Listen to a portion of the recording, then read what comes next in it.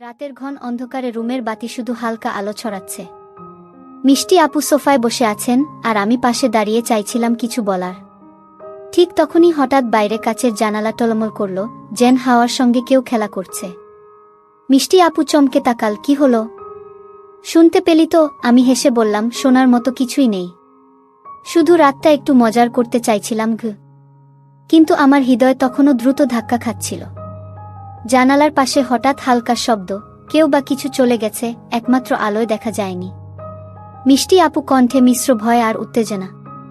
আমি ধীরে ধীরে সোফার পাশে বসলাম আর ছোট্ট খেলা শুরু করলাম। হঠাৎ হাওয়া নড়ে, ছোট শব্দ করে, আর আমরা দুজনই হেসে শিহরিত হয়ে উঠলাম।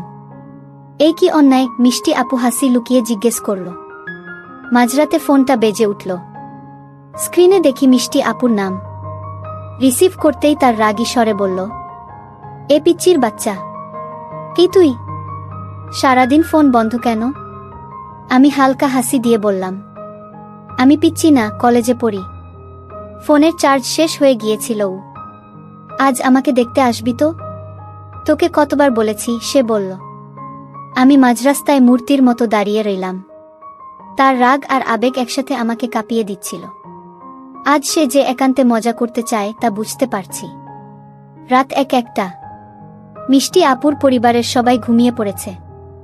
আমি তাদের বড় গেটের সামনে দাঁড়িয়ে একটু দারোয়ানের সঙ্গে হাসিমাখা কথাবার্তা বললাম। তারপর ভেতরে ঢুকলাম। দরজার কাছে পৌঁছে কলিং বেল চাপাই। দরজা খুলে মিষ্টি আপু দেখি ঘুমঝাপসা চোখে দাঁড়িয়ে আছে। তার হাসি চোখে ভেসে আসে, ঠিক রাজকুমারীর মতো। ঘুম পাচ্ছে, এখন কি করবি? সে বলল। আমি হেসে বললাম, একটু নাটক দেখাবো, ভয়ঙ্কর অন্যায়। মিষ্টি আপু হেসে বলল, কি অন্যায়?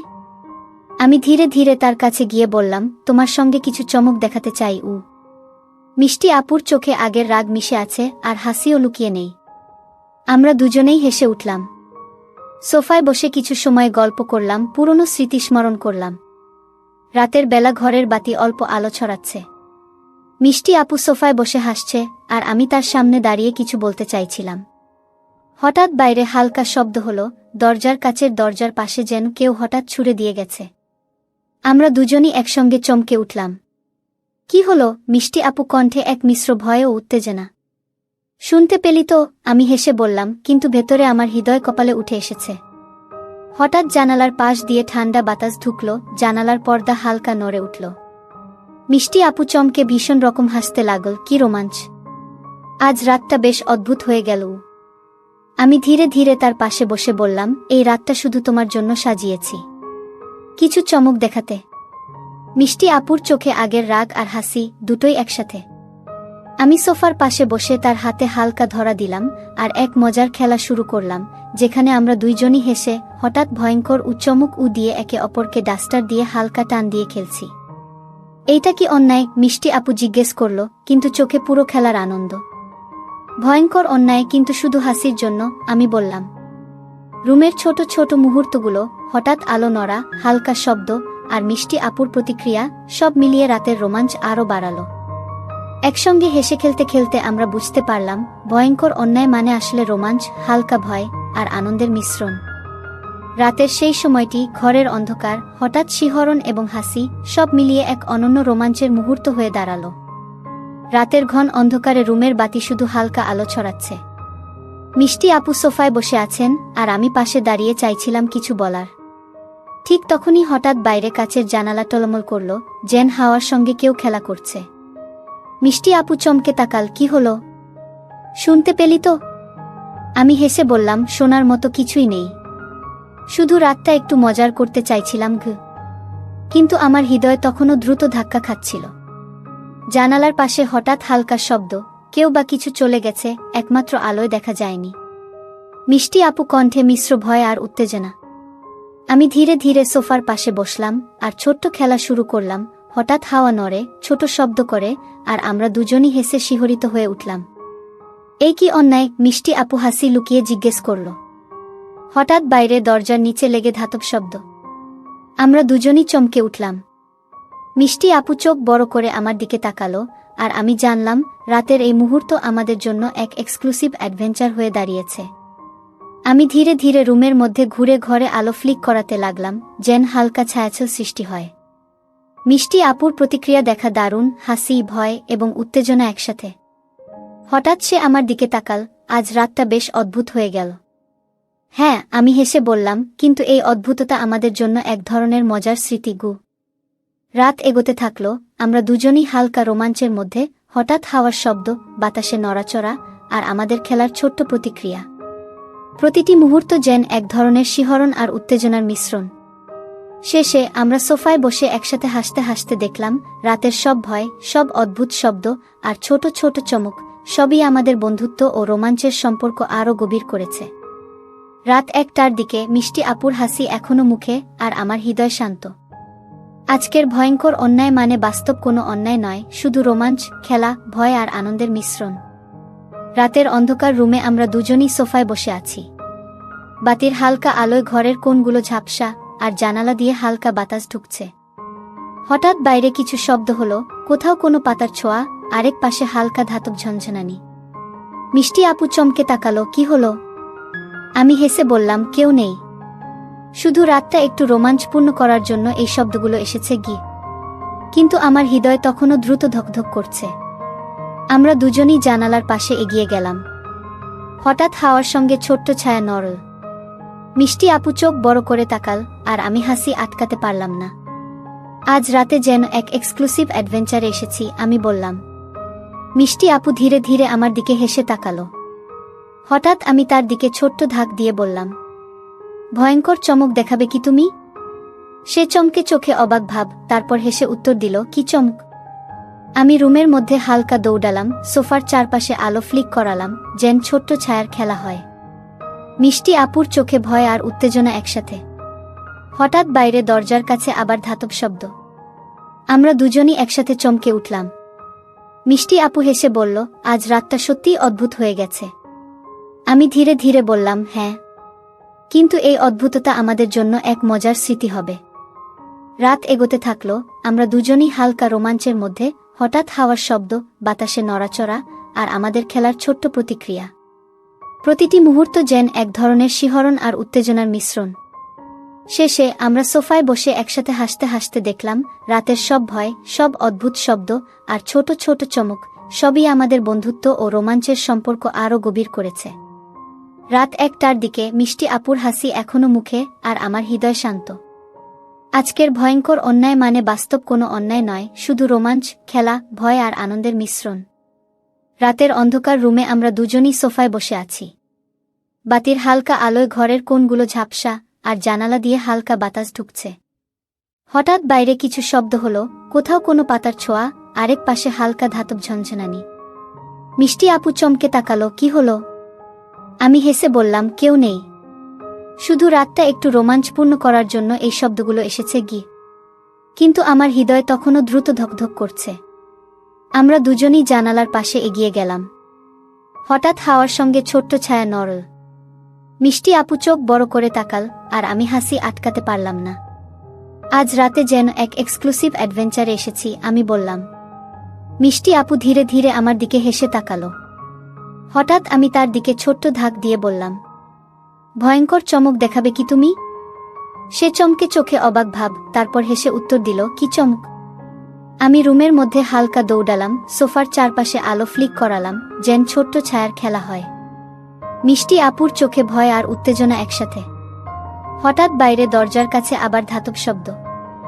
আমরা দুজনই একসাথে চমকে উঠলাম। মিষ্টি আপু হেসে বলল, আজ রাতটা সত্যিই অদ্ভুত হয়ে গেছে। আমি ধীরে ধীরে বললাম, হ্যাঁ, কিন্তু এই অদ্ভুততা আমাদের জন্য এক মজার স্মৃতি হবে গু। রাতটা এগোতে লাগলো, আমরা দুজনই খেলাধুলা ও হালকা ভয়ের মিশ্রণে হেসে খেলছি। প্রতিটি হাওয়ার শব্দ, ছায়ার নড়াচড়া আর আমাদের খেলার প্রতিক্রিয়া, সবই রোমাঞ্চকর মুহূর্ত তৈরি করছে। শেষে আমরা সোফায় বসে একসাথে হেসে শুনলাম রাতের সব শব্দ। আজকের রাতের ভয়ঙ্কর অন্যায় কি মানে বাস্তবে কোনো অন্যায় নয়, শুধু রোমাঞ্চ, আনন্দ এবং বন্ধুত্বের মিশ্রণ। রাত 2টার দিকে মিষ্টি আপুর হাসি মুখে, আর আমার মন শান্ত। এই রাতটা আমাদের জন্য এক অনন্য স্মৃতি হয়ে থেকে গেল, যেটা ভবিষ্যতেও মনে পড়বে, রোমাঞ্চ, হাসি এবং এক ছোট্ট রহস্যের জন্য। রাতের অন্ধকার রুমে বাতি হালকা আলো ছড়াচ্ছে। আমরা সোফায় বসে আছি। হঠাৎ বাইরে দরজার নিচে হালকা ঝনঝনানি শোনা গেল। আমি এবং মিষ্টি আপু একসাথে চমকে উঠলাম। কি হলো? মিষ্টি আপু প্রশ্ন করল, চোখে একটু ভয়। শোনো, মনে হচ্ছে রাতটা আমাদের জন্য এক ছোট্ট অ্যাডভেঞ্চার নিয়ে এসেছে, আমি হেসে বললাম। আমি ধীরে ধীরে জানালার পাশে গিয়ে তাকালাম। হঠাৎ হাওয়ার সঙ্গে পাশের গাছের শাখা কেঁপে উঠল। ছায়ার নড়াচড়া, বাতাসের হালকা শব্দ সব মিলিয়ে একটি ছোট সাসপেন্স তৈরি করল। মিষ্টি আপু হেসে বলল, আজ রাতটা সত্যিই অদ্ভুত। মনে হচ্ছে আমরা যেন কোনো রহস্যের মধ্যে পড়েছি।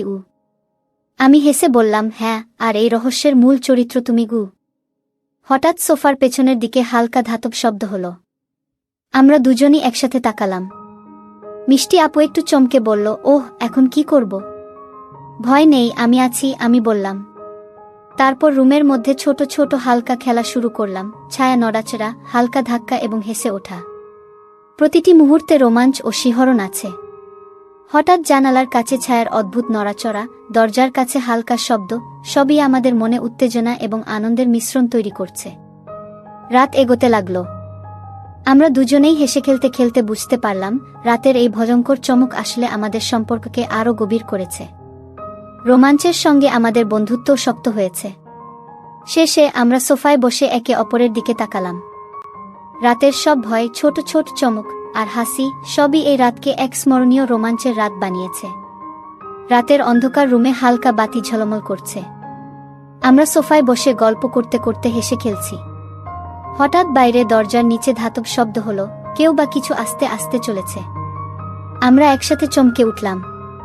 শুনছ তো? মিষ্টি আপু কণ্ঠে হালকা ভয়।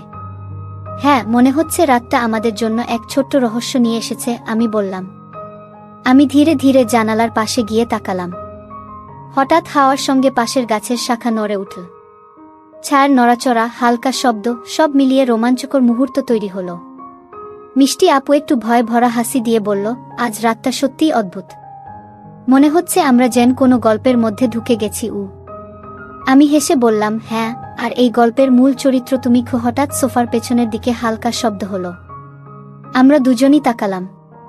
মিষ্টি আপু প্রশ্ন করল, এবার কি হবে? আমি বললাম, ভয় নেই, আমরা একসাথে। শুধু একটু মজার চমক হবে।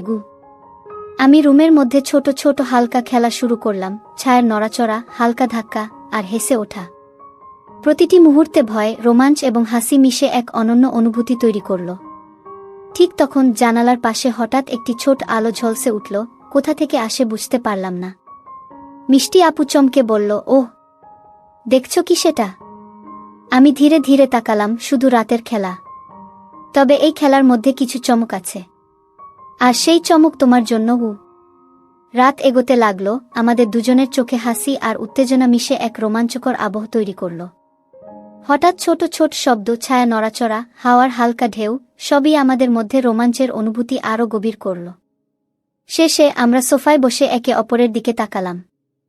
রাতের সব ভয়, ছোট ছোট চমক আর হাসি সবই এই রাতকে এক স্মরণীয় রোমাঞ্চকর রাত বানিয়েছে। এই রাত আমাদের জন্য শুধু খেলা নয়, এক ছোট্ট রহস্যপূর্ণ অভিজ্ঞতা। রাত এখন প্রায় ৩টা। ঘরের বাতি হালকা ঝলমল করছে আর জানালার বাইরে হাওয়ার সঙ্গে গাছের শাখা নড়ে। আমরা সোফায় বসে একে অপরের দিকে তাকিয়ে হাসছি। পুরো রাতটা ছিল ছোট ছোট চমক, হাসি এবং হালকা ভয়ের মিশ্রণ। হঠাৎ বাইরে এক হালকা শব্দ, কোথাও কোনো পাখি বা পাতা নড়ে গেছে। আমরা দুজনেই চমকে তাকালাম, তারপর একসাথে হেসে উঠলাম। মিষ্টি আপু বলল, আজ রাতটা সত্যি অদ্ভুত। মনে হচ্ছে আমরা কোনো রোমাঞ্চকর গল্পের মধ্যেই আছি। আমি ধীরে ধীরে বললাম, হ্যাঁ, কিন্তু এই গল্পের সবচেয়ে গুরুত্বপূর্ণ অংশ হলো আমাদের বন্ধুত্ব আর হাসি। রাতের প্রতিটি ছায়া, হালকা শব্দ, বাতাসের নড়াচড়া সবই এখন সূক্ষ্ম রোমাঞ্চ হয়ে উঠেছে। আমরা বুঝতে পারলাম, ভয়ঙ্কর চমক মানে শুধু খেলা, কিন্তু সেই খেলা আমাদের সম্পর্ককে আরও শক্ত করেছে। মিষ্টি আপু সোফার পাশে হেসে বলল, আজকের রাত মনে রাখার মতো। আমি বললাম, ঠিক তাই। এই রাত আমাদের জন্য এক ছোট্ট রহস্যপূর্ণ, রোমাঞ্চকর এবং আনন্দময় অভিজ্ঞতা হয়ে থাকবে। শেষে আমরা দুজনই শান্ত হয়ে বসে রুমের ছোট আলোতে একে অপরের হাসি দেখছি। রাতের সব ভয়, চমক এবং হাসি সব মিলিয়ে আজকের রাতকে অতুলনীয় স্মৃতি বানিয়ে দিয়েছে। রাতের শেষ মুহূর্তে আমরা জানতাম, ভয়ঙ্কর অন্যায় বা চমকগুলো ছিল শুধু মজা আর রোমাঞ্চ, কিন্তু আনন্দ ও বন্ধুত্ব আমাদের জীবনের সবচেয়ে বড় প্রাপ্তি।